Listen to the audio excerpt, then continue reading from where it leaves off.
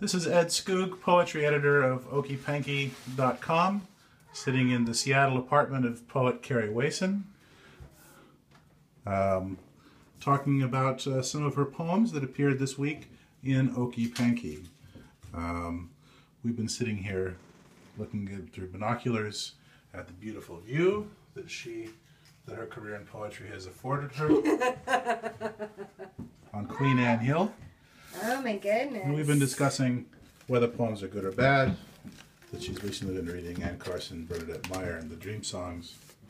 But some of the things we want to talk about for the next couple of minutes are happiness is a problem, difficulty in poetry, poems, knowing that her poems are a certain kind of poem.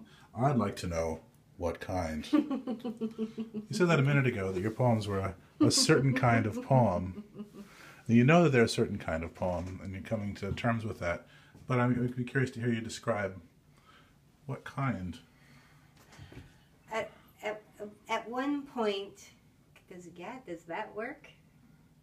At one point, the poet David Beispiel listened to me read some poems and came back and said, "Your work is so muscular."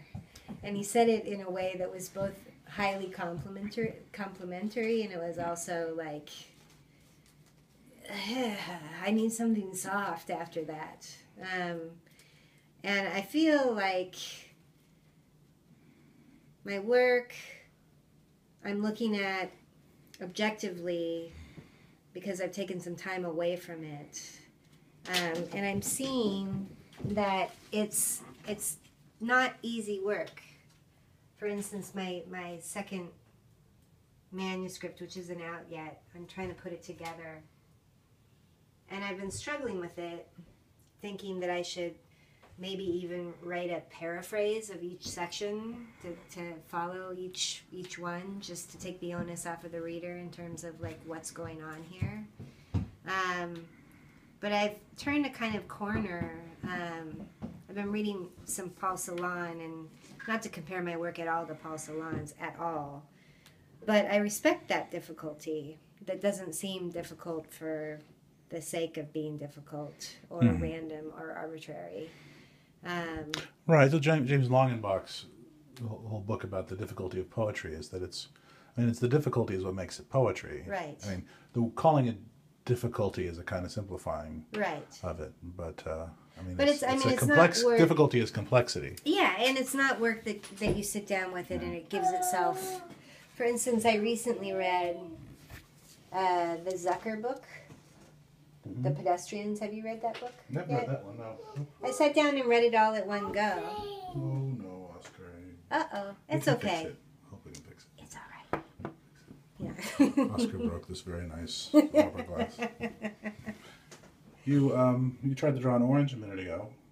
Yeah, this was my version of an orange. It's a satsuma with the peel off, so that's the sections. But I also added a kind of a navel. So it also looks a bit like a pumpkin. Yeah, I know.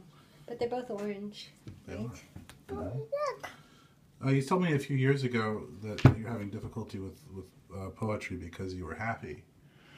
Does happiness remain a problem? Happiness remains a problem.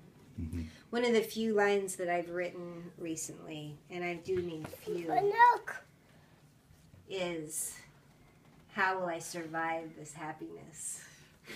And it's a happiness that comes from a long, contented relationship that just got bonded into marriage, and really there's no crisis or panic or anxiety in my life. Even the happiness can't even work itself into the crisis that I need to make a poem out of it.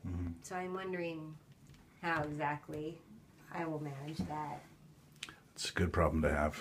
It is a good problem to have. All right, anything else you'd like to say to the readers of Okey-Panky, your fans? Hi from Seattle. Thank you for reading the work. Thank you, Ed, for asking me to be a part of this. We've been talking to Kary Wayson, the poet this week on Okey-Panky. Okey-Panky.